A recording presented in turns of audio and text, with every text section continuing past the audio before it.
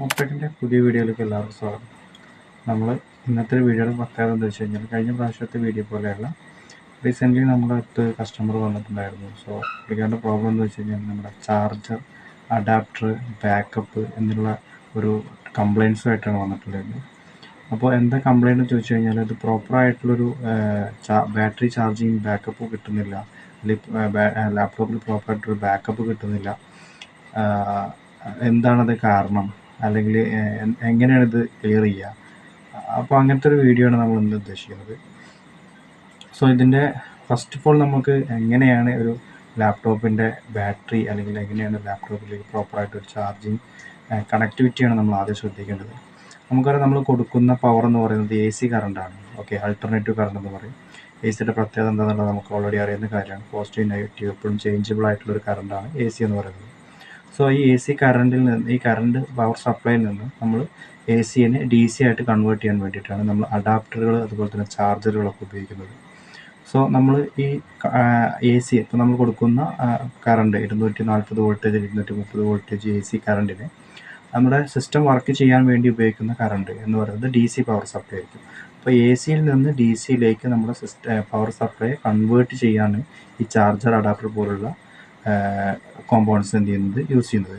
So ഇങ്ങനെ ഈ charger അഡാപ്റ്റേഴ്സിനകത്ത് നമ്മൾ എപ്പോഴും മെൻഷൻ ചെയ്യുന്നൊരു കാര്യമാണ് അതിനകത്ത് എത്ര പവർ ഇൻപുട്ട് കൊടുക്കണമെന്നും അതുപോലെ തന്നെ എത്ര പവർ ഔട്ട്പുട്ട് കൊടുക്കണമെന്നുള്ളത്. നമ്മൾ ഏറ്റവും ഇമ്പോർട്ടൻ്റ് ആയിട്ടുള്ള കാര്യമാണ്. മൊബൈലാണെങ്കിലോ അല്ലെങ്കിൽ നമ്മൾ ഉപയോഗിക്കുന്ന ടാബ് ആണെങ്കിലോ അല്ലെങ്കിൽ ലാപ്ടോപ്പ് ആണെങ്കിലോ നമ്മൾ കൊടുക്കുന്ന ഇൻപുട്ട് എത്രയെന്നുള്ളത് നമുക്ക് ഓൾറെഡി അറിയാം. പക്ഷേ അതിൻ്റെ ഔട്ട് എത്ര കിട്ടുക എന്നുള്ളത് നമ്മൾ ആരും ഒന്നും ശ്രദ്ധിക്കാറില്ല. സോ ആ ഔട്ട്പുട്ട് പ്രോപ്പറായിട്ട് നമ്മൾ ചെക്ക് ചെയ്തെങ്കിൽ മാത്രമേ നമ്മുടെ ബാറ്ററിയിൽ നമുക്ക് സെല്ലിനകത്ത് പ്രോപ്പറായിട്ടുള്ള ചാർജിങ് എന്ത് ചെയ്യുന്നുള്ളൂ, അതിനകത്ത് കയറുന്നുള്ളൂ. ഇല്ലെങ്കിൽ ചില സമയങ്ങളിലൊക്കെ നമുക്കറിയാം, ചിലപ്പം ചാർജ് ചെയ്ത ശേഷം പെട്ടെന്ന് ചാർജ് ഇറങ്ങി പോവുക, അല്ലെങ്കിൽ പെട്ടെന്ന് ബാറ്ററി ഡ്രൈ ആയിക്കൊണ്ടിരിക്കുക. ഇങ്ങനെയുള്ള കുറേ പ്രശ്നങ്ങൾ നമുക്ക് എപ്പോഴും ഫേസ് ചെയ്യാറുണ്ട്. അതിൻ്റെ മെയിൻ കാരണം എന്ന് പറഞ്ഞു കഴിഞ്ഞാൽ നമ്മൾ ഉപയോഗിക്കുന്ന അഡാപ്റ്റർ മാറിയിട്ട് വേറെ ഏതെങ്കിലും ബ്രാൻഡിൻ്റെ അഡാപ്റ്റർ യൂസ് ചെയ്ത് കഴിഞ്ഞാലോ, അല്ലെങ്കിൽ നമ്മൾ കൊടുക്കുന്ന ആംപിയറിൽ വ്യത്യാസം വന്നു കഴിഞ്ഞാൽ തന്നെ നമുക്ക് എന്തുണ്ടാവും, വോൾട്ടേജിൽ തന്നെ വ്യത്യാസം വന്നു കഴിഞ്ഞാൽ, ഔട്ട് വോൾട്ടേജിൽ തന്നെ വ്യത്യാസം വന്നു കഴിഞ്ഞാൽ ഇങ്ങനെയുള്ള ഒരുപാട് പ്രശ്നങ്ങൾ നമ്മുടെ മൊബൈൽ ഫോണുകളിലും ടാബുകളിലും അതുപോലെ തന്നെ ലാപ്ടോപ്പുകളിലൊക്കെ നമുക്ക് എന്ത് ചെയ്യുന്നുണ്ട്, ഫേസ് ചെയ്യുന്നുണ്ട്. സോ അങ്ങനത്തെ ഒരു റീസെൻ്റ്ലി ആയിട്ടുള്ളൊരു കംപ്ലയിൻ്റ് ആണ് നമുക്ക് ബാക്കപ്പ് പ്രോപ്പറായിട്ട് കിട്ടുന്നില്ല എന്നുള്ളൊരു പ്രോബ്ലം കൊണ്ട് ഒരു കസ്റ്റമർ നമ്മുടെ അടുത്ത് വരുന്നുണ്ടായി. സോ ഇതിൻ്റെ ഏറ്റവും ബെറ്റർ സൊല്യൂഷൻ എന്ന് പറഞ്ഞു കഴിഞ്ഞാൽ ഇതിനകത്ത് നമ്മൾ ചെയ്യേണ്ട വളരെ സിമ്പിളായിട്ടുള്ള കുറച്ച് കാര്യങ്ങളെന്ന് പറഞ്ഞു കഴിഞ്ഞാൽ, ഒന്ന്, ഇതിന് നമ്മൾ പ്രോപ്പറായിട്ട്, ഇപ്പോൾ എക്സാമ്പിൾ ഒരു ബാറ്ററി സെല്ലെന്ന് പറയുന്നത് അതിനകത്ത് ചിലപ്പം 3 സെല്ല് യൂസ് ചെയ്യുന്ന ബാറ്ററി ആയിരിക്കും യൂസ് ചെയ്യുന്നുണ്ടാവുക, 4 സെല്ല് യൂസ് ചെയ്യുന്ന ബാറ്ററി ആയിരിക്കും ഉണ്ടാവുക. അപ്പോൾ നമ്മൾ ഈ ഒരു ബാറ്ററിയിൽ എത്ര സെല്ലുകൾ ഉണ്ട് എന്നുള്ളത് നമ്മൾ ആദ്യം നോട്ട് ചെയ്യണം. അപ്പോൾ 3 സെല്ല് എന്ന് പറയുമ്പോൾ 3 സെല്ല് എന്ന് പറയുന്നത് 3 സെല്ലുകളായിട്ടാണ് അതിനകത്ത് ബാറ്ററി സ്റ്റോറേജ് നടക്കുന്നത്. 4 സെല്ല് എന്ന് പറയുമ്പോൾ 4 പാർട്ടായിട്ടായിരിക്കും. അപ്പോൾ ഈ എത്ര സെല്ലിൻ്റെ ബാറ്ററിയാണ് നമ്മൾ ഉപയോഗിക്കുക എന്നുള്ളത് നമ്മൾ നോട്ട് ചെയ്യണം. ഒപ്പം നമ്മൾ അതിനകത്തേക്ക് കൊടുക്കുന്ന പവർ എത്രയാണ്, എത്ര കറണ്ടാണ് നമ്മൾ അതിനകത്തേക്ക് കൊടുക്കുന്നത്, അതിൻ്റെ ഔട്ടിങ് എത്ര കിട്ടുന്നുണ്ട്, എത്ര കൊടുക്കുന്നുണ്ട്, അത് ഏത് ആംപിയറിലാണ് നമ്മൾ ആ അഡാപ്റ്റേഴ്സ് യൂസ് ചെയ്യുന്നത്. ഇത്രയും ഒരു ബേസ് കാര്യങ്ങളാണ്. ഇത്രയും കാര്യങ്ങൾ മസ്റ്റായിട്ട് നമ്മൾ ചെക്ക് ചെയ്യണം. ഇപ്പോൾ നമ്മൾ യൂസ്ഡ് സിസ്റ്റംസ് ഒക്കെ വാങ്ങുന്ന സമയത്ത് എപ്പോഴും ഉണ്ടാകുന്ന ഒരു പ്രോബ്ലമാണ് എന്ത്, അഡാപ്റ്ററുകൾ ചേഞ്ച് ചെയ്യുക. ഫോർ എക്സാമ്പിൾ ഏതെങ്കിലും ബ്രാൻഡിൻ്റെ അഡാപ്റ്ററുകൾ അങ്ങോട്ടും ഇങ്ങോട്ടും ചേഞ്ച് ചെയ്യുക. സോ ടെമ്പററി ആയിട്ട് മേ ബി അത് എന്ത് ചെയ്യുന്നുണ്ടാവും, വർക്ക് ചെയ്യുന്നുണ്ടാവും. പക്ഷേ കുറച്ച് കഴിഞ്ഞാൽ എന്ത് ചെയ്യും, നമുക്കത് ഈ പവർ സപ്ലൈയുടെ ഇഷ്യൂസ് ഉണ്ടാവും. അതായത് പ്രോപ്പറായിട്ട് ചാർജ് കയറാത്ത ഇഷ്യൂസ്, അല്ലെങ്കിൽ ബാറ്ററി പെട്ടെന്ന് ഡ്രൈ ആയിക്കൊണ്ടിരിക്കുക, അല്ലെങ്കിൽ അങ്ങനത്തെ എന്തെങ്കിലും ഇഷ്യൂസുകൾ പെട്ടെന്ന് വരാൻ സാധ്യതയുണ്ട്. അപ്പോൾ ഇതിന് ഏറ്റവും ബെറ്റർ ആയിട്ടുള്ളൊരു കാര്യം എന്ന് പറഞ്ഞു കഴിഞ്ഞാൽ നമ്മുടെ ലാപ്ടോപ്പിൻ്റെ ബാക്ക് സൈഡിൽ നോക്കുക, അതിൻ്റെ correct model number, serial number, എത്ര ഇന്നുണ്ട് എത്ര ഔട്ട് ഉണ്ട് എന്നുള്ളത് നോക്കുക. അതേപോലെ തന്നെ നമ്മുടെ അഡാപ്റ്ററിൻ്റെ ബാക്ക് സൈഡിലും ഇതിൻ്റെ ഒരു സ്റ്റിക്കർ ഒട്ടിച്ചിട്ടുണ്ടാവും, ഒരു ലാബിലുണ്ടാവും അതിനകത്ത്. അതും പ്രോപ്പറായിട്ട് ചെക്ക് ചെയ്യുക. അപ്പോൾ യൂസ്ഡ് ലാപ്ടോപ്പുകളോ അല്ലെങ്കിൽ അങ്ങനെയുള്ള കാര്യങ്ങൾ, ഡിവൈസുകളൊക്കെ യൂസ്ഡ് വാങ്ങുന്ന സമയത്ത് നമ്മൾ മസ്റ്റായിട്ട് ശ്രദ്ധിക്കേണ്ട കാര്യം ഒന്നതാണ്. രണ്ടാമത്തെ കേസ് എന്ന് പറഞ്ഞു കഴിഞ്ഞാൽ നമുക്കിതിനകത്ത് സോഫ്റ്റ്വെയറിൽ നമുക്കിതിനകത്ത് ഒരുപാട് കാര്യങ്ങൾ ചെയ്യാനുണ്ട്. അതിൽ ഇമ്പോർട്ടൻ്റ് ആയിട്ടുള്ളൊരു കാര്യമാണ് നമുക്ക് പവർ സപ്ലൈ എന്ന് പറയുന്ന ഒരു പ്രോഗ്രാമിംഗ് ഉണ്ട്. ഒരു പവർ സപ്ലൈ, അതായത് സ്ലീപ്പ് മോഡ് അല്ലെങ്കിൽ റീസെറ്റ് മോഡ് എന്നീ രീതിയിൽ നമുക്ക് പവർ സപ്ലൈ സെറ്റ് ചെയ്യാൻ പറ്റും. സോ ഈ പവർ സപ്ലൈ പ്രോപ്പറായിട്ട് സെറ്റ് ചെയ്ത് കഴിഞ്ഞാൽ തന്നെ നമുക്കതിൻ്റെ പവർ എങ്ങനെയാണ് അതിൻ്റെ പവർ പ്രൊവൈഡ് ചെയ്യുന്നത്, അല്ലെങ്കിൽ അത് മേ ബി ചിലപ്പം നമുക്ക് സ്ലീപ്പ് മോഡിലേക്ക് സെറ്റ് ചെയ്യാറില്ല. എത്ര സമയം കഴിഞ്ഞ് ഓട്ടോമാറ്റിക്കലി നമ്മുടെ ലാപ്ടോപ്പ് ഓഫായി പോകണം, അല്ലെങ്കിൽ ഇത്ര സമയം കഴിഞ്ഞ് ഓട്ടോമാറ്റിക്കലായിട്ട് നമ്മുടെ ലാപ്ടോപ്പിൻ്റെ ഡിസ്പ്ലേ പോകും, പവർ സേവിങ് മോഡിലേക്കൊക്കെ നമ്മുടെ സിസ്റ്റം ഓട്ടോമാറ്റിക്കലി വരാറുണ്ട്. അപ്പോൾ ഈ ഒരു സെറ്റിങ്സ് നമുക്ക് പ്രോപ്പറായിട്ട് ഒന്ന് റീസെറ്റ് ചെയ്യുകയോ അല്ലെങ്കിൽ ഒന്ന് റീകോൺഫിഗറേഷൻ ചെയ്യുകയോ ചെയ്ത് കഴിഞ്ഞാൽ ഈ ഒരു പ്രോബ്ലം നമുക്ക് ഇല്ലാണ്ടിരിക്കും. അതായത് ബാറ്ററിയുടെ ലൈഫ് കുറച്ചുകൂടി കൂടുതലായിട്ട് കിട്ടും. ഇനി രണ്ടാമത്തെ സ്റ്റെപ്പ് എന്ന് പറഞ്ഞു കഴിഞ്ഞാൽ, നമുക്ക് എപ്പോഴും അറിയാം ഇതൊരു ഹാർഡ്വെയർ പാർട്സസ് ആണ്, ഒരു ഹാർഡ്വെയർ ഡിവൈസസ് ആണ്. അപ്പോൾ ഈ ഹാർഡ്വെയറുമായി ബന്ധപ്പെട്ട കാര്യങ്ങളിലൊന്ന് നമുക്ക് ബോർഡ്, അതേപോലെ തന്നെ ബാറ്ററി, ഇതൊക്കെ ഫിസിക്കൽ പാർട്സുകളാണല്ലോ. സോ ഈ ഫിസിക്കൽ പാർട്സിൻ്റെ സോഫ്റ്റ്വെയർ സപ്പോർട്ട് നമുക്ക് വളരെ ഇമ്പോർട്ടൻ്റ് ആയിട്ടുള്ള കാര്യമാണ്.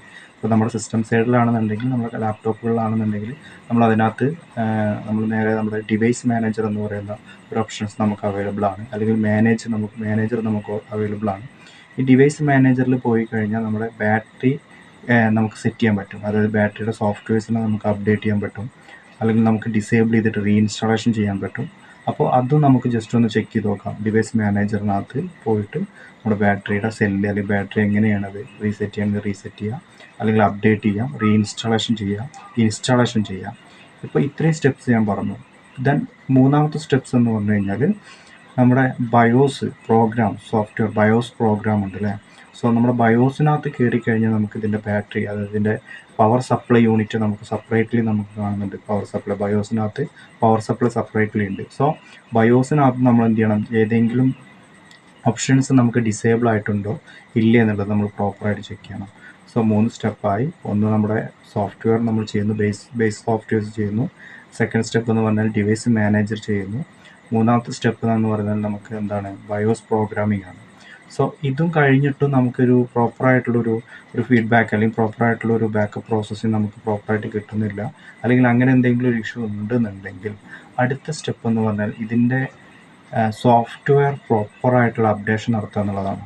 ഓക്കെ, ഇത് ലാസ്റ്റ് സ്റ്റെപ്പ് എന്ന് പറയുന്നത് പ്രോപ്പറായിട്ടുള്ള സോഫ്റ്റ്വെയർ അപ്ഡേഷൻ നടത്തുക എന്നുള്ളതാണ്. സോ നമ്മൾ ഉപയോഗിക്കുന്ന ലാപ്ടോപ്പ് ഏത് ബ്രാൻഡ് ആയിക്കോട്ടെ, ചിലപ്പോൾ അസൂസ് ആയിരിക്കാം, ഡെൽ ആയിരിക്കാം, ലെനോവോ ആയിരിക്കാം, HP ആയിരിക്കാം, സാംസങ് ആയിരിക്കാം, ഏത് ബ്രാൻഡ് ആയിക്കോട്ടെ, എനി ബ്രാൻഡ്. അപ്പോൾ നമ്മൾ ഇവരെ വെബ്സൈറ്റിൽ ഡയറക്റ്റ് നമ്മൾ ലോഗിൻ ചെയ്യണം. ഇവരെ വെബ്സൈറ്റിൽ ഡയറക്റ്റ് ലോഗിൻ ചെയ്ത് കഴിഞ്ഞാൽ നമുക്ക് സോഫ്റ്റ്വെയർ അപ്ഡേഷൻ കിട്ടും. ഡ്രൈവർ സോഫ്റ്റ്വെയർ അപ്ഡേഷൻ എന്നാണ് നമ്മൾ പറയുക. ഈ ഡ്രൈവർ സോഫ്റ്റ്വെയർ അപ്ഡേഷൻ പ്രോപ്പറായിട്ട് നമ്മൾ ചെയ്യണം. അത് ഏകദേശം ഒരു 2-3 മണിക്കൂറോളം നമുക്കത് അപ്ഡേറ്റ് ചെയ്യാൻ സമയമെടുക്കും. അപ്പോൾ ആ സമയം എടുത്തിട്ട് തന്നെ ഇത് പ്രോപ്പറായിട്ട് അപ്ഡേഷൻ ചെയ്ത് കഴിഞ്ഞാൽ നമുക്ക് എന്ത് ചെയ്യാം, ഒരു എന്താ പറയുക, ഒരു 80% ഈ ഒരു കംപ്ലയിൻസിന് അല്ലെങ്കിൽ ഈ ഒരു പവർ പ്രോബ്ലംസിന് നമുക്ക് എന്ത് ചെയ്യാൻ പറ്റും, റെക്ടിഫൈ ചെയ്യാൻ പറ്റും. ദെൻ ബാക്കി വരുന്ന 20% എന്ന് പറഞ്ഞു കഴിഞ്ഞാൽ മേ ബി അതെന്തായിരിക്കാം, ബോർഡിൻ്റെ ഇഷ്യൂസ് ആയിരിക്കാം, അല്ലെങ്കിൽ ബാറ്ററി ഇഷ്യൂസ് ആയിരിക്കാം. സോ അത് ഹാർഡ്വെയറിൽ വരുന്ന കാര്യമാണ്. ബോർഡിൻ്റെ ഇഷ്യൂസോ അല്ലെങ്കിൽ ബാറ്ററി ഇഷ്യൂ വരുന്നത് എന്താണ്, ഒരു ഹാർഡ്വെയറിൽ വരുന്ന കാര്യമാണ്. സോ അത് നമ്മൾ എന്ത് ചെയ്യണം, അതിനനുസരിച്ച് നമുക്ക് ചെയ്യാൻ പറ്റും. സോ ഇപ്പോൾ അത് നമുക്കൊരു ഫിസിക്കലി നമുക്കിപ്പോൾ എക്സാമ്പിൾ സ്പെയർ ചേഞ്ചിങ് ആയിരിക്കാം, ബോർഡ് ചേഞ്ചിങ് ആയിരിക്കാം, അല്ലെങ്കിൽ ബോർഡ് സർവീസിങ് ആയിരിക്കാം, അല്ലെങ്കിൽ ബാറ്ററി റീപ്ലേസ്മെൻ്റ് ആയിരിക്കാം. അപ്പോൾ അത് നമുക്ക് ഫിസിക്കലി ചെയ്യുന്ന കാര്യങ്ങളാണ്. പക്ഷേ ഇത് നമുക്ക് നോർമലി ഒരു 3-4 സ്റ്റെപ്സ് നമുക്ക് നോർമലി സാധാ ഒരു കസ്റ്റമർക്ക് സിമ്പിളായിട്ട് 3 സ്റ്റെപ്സുകൾ പ്രോപ്പറായിട്ട് എന്ത് ചെയ്യാൻ പറ്റും, നോക്കാൻ പറ്റും. ഓക്കെ, സോ ഇങ്ങനത്തെ ഒരു ഇഷ്യൂസ് ആർക്കെങ്കിലും ഉണ്ടെന്നുണ്ടെങ്കിൽ ഇതൊന്ന് ജസ്റ്റ് എന്ത് ചെയ്യുക, ഒന്ന് ഫോളോ ചെയ്യുക. Okay, thank you.